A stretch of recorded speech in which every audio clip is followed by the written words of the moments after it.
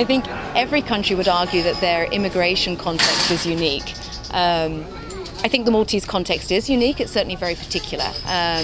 We are the southernmost EU member state. We are the smallest EU member state, and we have one of the highest population densities in the world. That makes us quite unique. We're a small island. Islands tend to generate an insular mentality. We come with a 7,000-year history of colonialism. We're a relatively new member state, new nation state. All of this feeds into notions of national identity. If we look at the capital city of Malta, it is built as a fortress in order to be able to keep the Muslims out. And Malta prides itself on being a Roman Catholic state. And if you like, the last frontier of Christianity. Malta kept Europe Christian.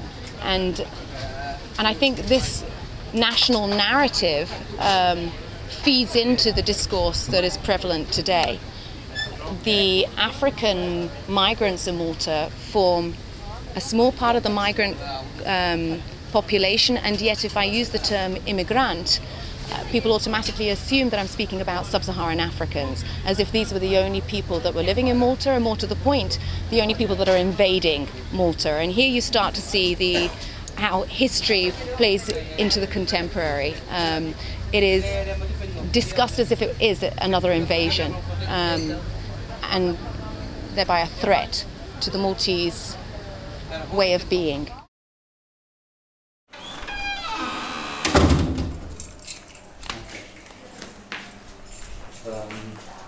So you want to see this one? This was done by, as you can see from here, by a group of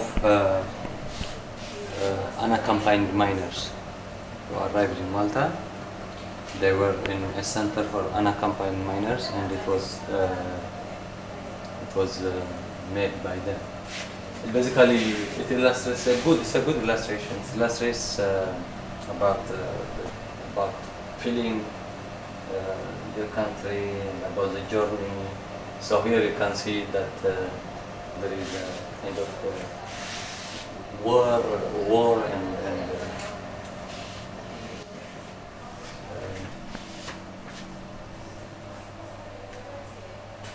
here people traveling across the Sahara, some dying, some imprisoned. So that are people traveling, under difficult circumstances. And here is a boat. As you can see here, people drowning with children. Yeah. I am Goitom Youssef, and I am from Eritrea. I left Eritrea by the end of 2005. I crossed the border to Sudan. I left for political reasons. And then from Sudan, again I traveled across the Sahara Desert to Libya. It was a long journey. I spent one month in the Sahara Desert. And after a few months, again I traveled from Libya and I arrived in Malta. It was a long journey, and it took me 9 months all in all.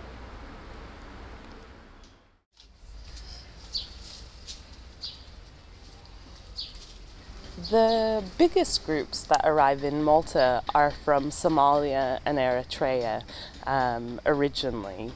And they're clearly leaving those countries because they're war-torn countries. A lot of people will have family members who have died and won't have a livelihood there anymore and will decide to migrate. Generally, that migration route starts in these countries, for example, Somalia and Eritrea, and then goes to somewhere like Sudan, where they might stop and work or wait for their families to send more money. And eventually these people get to Libya. Libya is where most, if not all, the migrants who arrive here irregularly depart from, on boats from the Libyan coast. Malta's on the external border, which is important geopolitically because a lot of EU policies focus on the external border as a place to regulate migration, especially irregular immigration.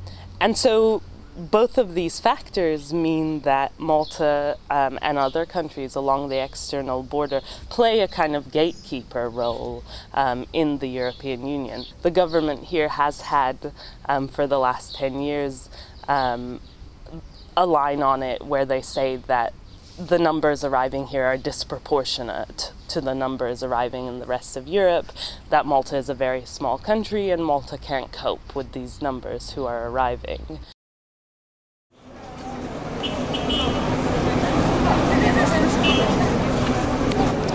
These are those that are, abandoned in the desert. You see, all these are dead. They were living, fighting for a better life. By one problem or the other, they leave their country, some with crisis, some with a poor family home, some with maybe politics, war, conflicts. These are the result of what they pass through.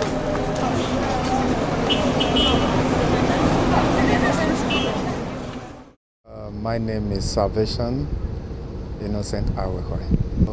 I am a citizen of Nigeria, and I'm from Edo State, but I live in Jos before I left my country. And on our way going, the propeller of the Helos developed fault. So they have to ask us to go down in the middle of the desert. Somebody was arguing with them. They brought out a knife and stabbed him in his hand. And the blood was flowing. So everybody scared. Because of that, we jumped down and he said he's coming back. He drove away. The first day, he did not return. The second day, he did not return. The third day to the 5th days, no rescue. So people start dying. Each one after the other, they were dying, and we were arranging them like according to how they died. What I can remember so far is that about 20 died before my eyes. From there, even I'm sleeping, I see them alive, but they are dead. But I see them still living, So there, my mental illness began. And I cannot remember how I was rescued, how I arrived in Libya. There I could not remember. My name is Adil Muhammad Ahmad. My nationality is Somali. I came from Somalia, from Mogadishu city. In Libya, all migrants, they are planning their trips and journeys to come to Europe. And there's only one way, which is crossing the Mediterranean Sea with the help of smugglers, with the help of the human traffickers. So we paid money and we came here by boat, traveling by small boat, small fishing boat. So, and somehow when you think about that, it's something that no one can believe, that a large group of migrants traveling this small fishing boat, either a dinghy or whatever, and crossing this huge Mediterranean Sea. It's something that no one could believe. And this was not my first trip. I tried or attempted to come to Malta. This was the third attempt that I was trying to come to Malta. There were other trips, that I tried to leave Libya and come to Malta, but it was unsuccessful. One of these trips, we were almost traveling 2 days in the sea, and then our boat started taking water, and we were sinking, and many of people traveling with me died in the sea. We were rescued by a Libyan ship and taken back to Libya.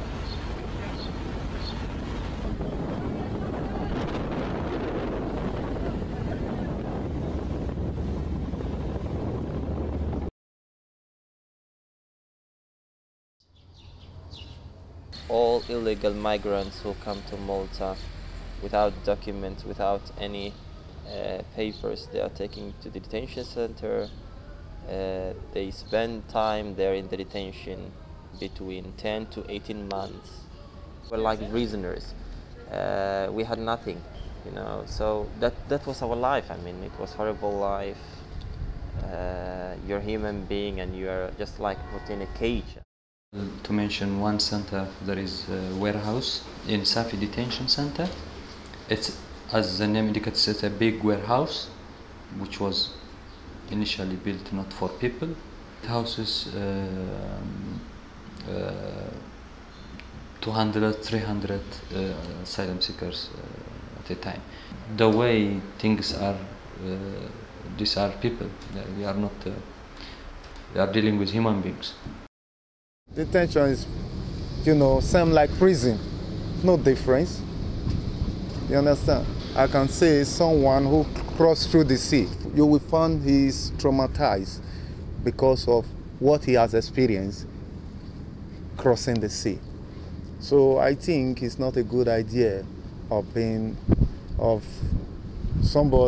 migrant being rescued at the same time being put in detention.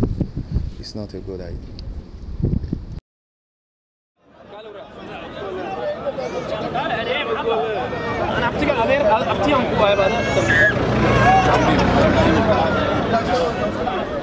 Regardless of the asylum outcome, rejected asylum seekers and asylum seekers granted protection are all released into the community. The difference for a person who has a rejected status is that they essentially have to remain in Malta in an ongoing limbo. It's clear now, 10 years on, that these people, some of these people are staying. Not all of them, but some of them are staying. And that it would be better for them as well as for Maltese society to really think about how they could integrate into this society, how to combat the racism that's still very prevalent. And so that would be, I think, the main way forward in terms of long-term integration. They have to apply, but even for India, everyone went in and that for the specific day or? I work as an awareness raising coordinator, coordinating awareness raising activities mainly in schools but also in the community. We have a group of refugee volunteers from different countries, and we organize activities such as sharing experience by refugees. The idea is basically to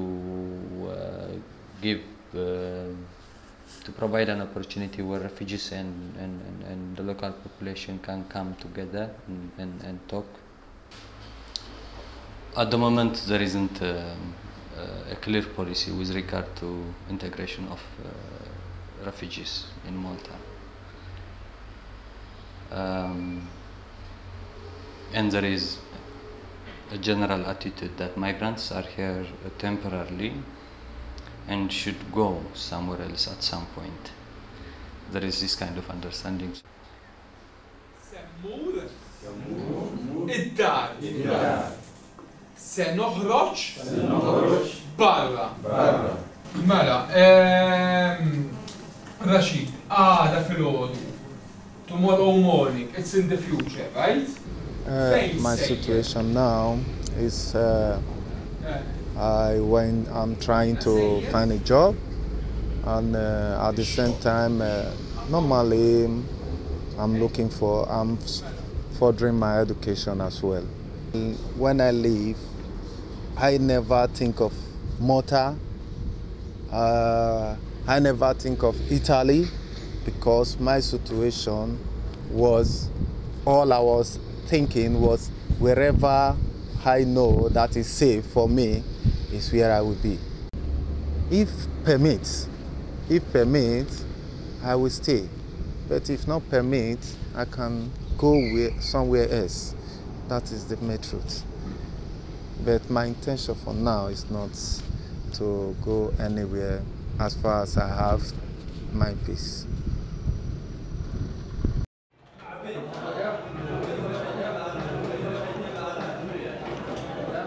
I never had a dream that one day I will go to US. So I had no way that I can dream about that. So even when I started participating in the program, I mean, I was not thinking about that.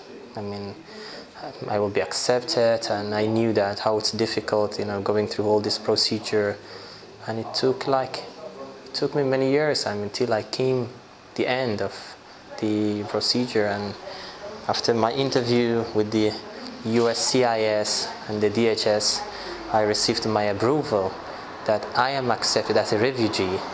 The day I was rescued from the sea and we were brought to Malta, that was a day. The day I was released from detention, that was another day. And the day I was accepted, in this program, it was another situation. The day I will arrive in the US, then after that I will have a normal life, I think.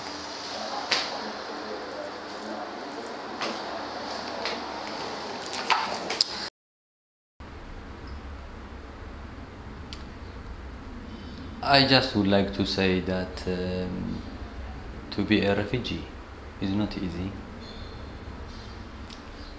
To be a refugee might mean that you might not go back to your country again, or be able to visit your family, or be able to see the place where you grew up, friends. You lose a big part of your life. To be a refugee is not someone who wishes to be. When people, speak about refugees, they have to take into account that the refugees have a story. They are people, they have emotions, they have feelings. At the end of the day, it's not about protection or getting a refugee status or getting documentation.